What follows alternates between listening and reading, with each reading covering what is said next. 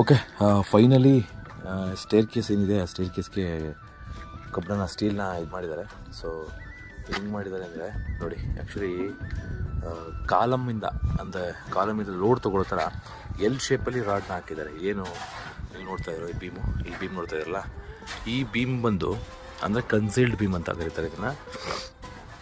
ಅಂದರೆ ಒಳಗಡೆ ಇರುತ್ತೆ, ಏನು ಕವರೇಜ್ ಇರುತ್ತೋ ಸೊ ಅದ್ರೊಳಗಡೆ ಇರುತ್ತೆ, ಮೋಲ್ಡ್ ಒಳಗಡೆ. ಸೊ ಕನ್ಸೀಲ್ಡ್ ಬೀಮ್ ಬಂದು ಈ ಎಲ್ ಶೇಪಲ್ಲಿ ರಾಡ್ ಹಾಕಿದಾರಲ್ಲ, 16 mm ರಾಡು. ಸೊ ಇದೇ ಮಾಡುತ್ತೆ, ಲೋಡ್ನ ಕ್ಯಾರಿ ಮಾಡುತ್ತೆ, ಇದು ಕ್ಯಾರಿ ಮಾಡುತ್ತೆ. ಸೊ ಹಾಗೆ ಇಲ್ಲೊಂದು ಬೀಮ್ ಅಂತ ಕನ್ಸೀಲ್ಡ್ ಬೀಮ್. ಸೊ ಈ ಬೀಮ್ ಬಂದು ಇದನ್ನು ಲೋಡ್ ತೊಗೊಳುತ್ತೆ. ಪ್ಲಸ್ ಇದು ಏನು ಲೋಡ್ನ ತೊಗೊಳಕ್ಕೆ ಅಂತ ಒಂದು ಗೋಡೆ ಹಾಕಿದಾರೆ, ವಾಲು, ಆ ವಾಲ್ ಮೇಲೆ ಲೋಡ್ ಬೀಳುತ್ತೆ ಮತ್ತು ಆ ಕಡೆ ವಾಲ್ ಮೇಲೆ ಬೀಳುತ್ತೆ. ಸೊ ಎರಡೂ ವಾಲ್ ಮೇಲೆ ಲೋಡ್ ಬೀಳುತ್ತೆ. ಹಾಗಾಗಿ ಈ ಲ್ಯಾಂಡಿಂಗ್ ಬಂದು ಸೊ ಲೋಡು ನಿಮಗೆ ಸಾಕಾಗುತ್ತೆ. ಇದು ಮತ್ತು ಮೋಲ್ಡ್ವರೆಗೂ ಹೋಗೋಕ್ಕೆ